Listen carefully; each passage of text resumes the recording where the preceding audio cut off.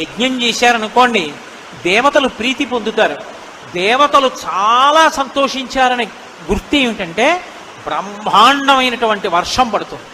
వర్షం పడింది అనుకోండి, దేవతలు తృప్తి చెందారని చెప్పలేము.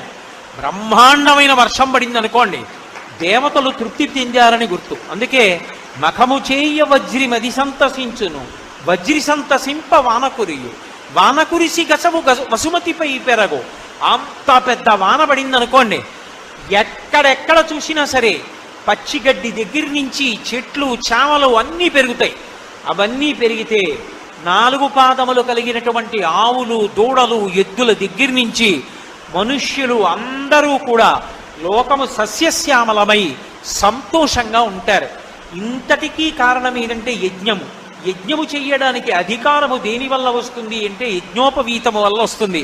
అటువంటి యజ్ఞుడు ఆ శివలింగము ఒక గుర్తు. ఏమంటే అది ఒక గుర్తు అయితే దానికి శక్తి ఏం లేదు, అది ఒక గుర్తుగా మనం పెట్టుకున్నామంతే తప్పించి అది నిజంగా శక్తివంతం కాదా అని మీరు అంటారేమో. శివలింగానికి ఉన్నటువంటి శక్తి అసలు లింగ స్వరూపంలో ఉంది. ఎందుచేత అంటే శివలింగం ఎలా ఉంటుంది? ఇలా ఉంటుంది కదా, గుండ్రంగా ఉంటుంది.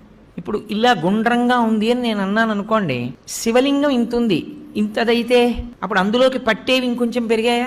ఈ గది అంతా అన్నాను అనుకోండి, అప్పుడు ఈ గదిలో అన్ని అందులోకి పట్టేశాయా? ఆంధ్రదేశం అంతా అని తిప్పాను అనుకోండి, ఆంధ్రదేశం అంతా అందులో ఉందా?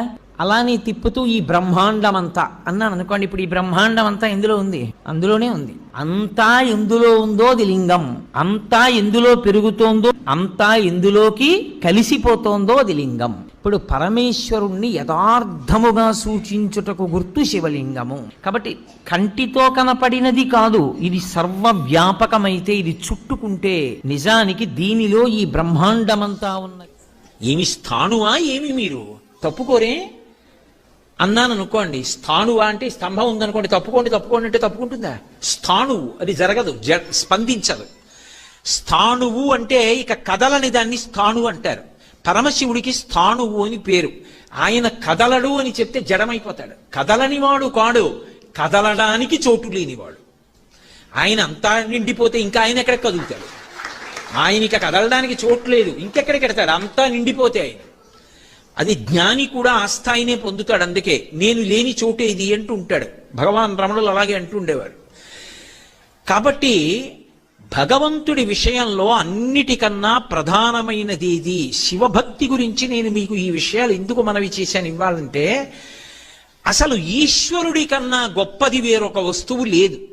ఆయన అనుగ్రహంతోటే మనం బ్రతుకుతున్నాం. అసలు ఆయనకి మనం ఇవ్వగలిగినది అన్నది ఇంకొక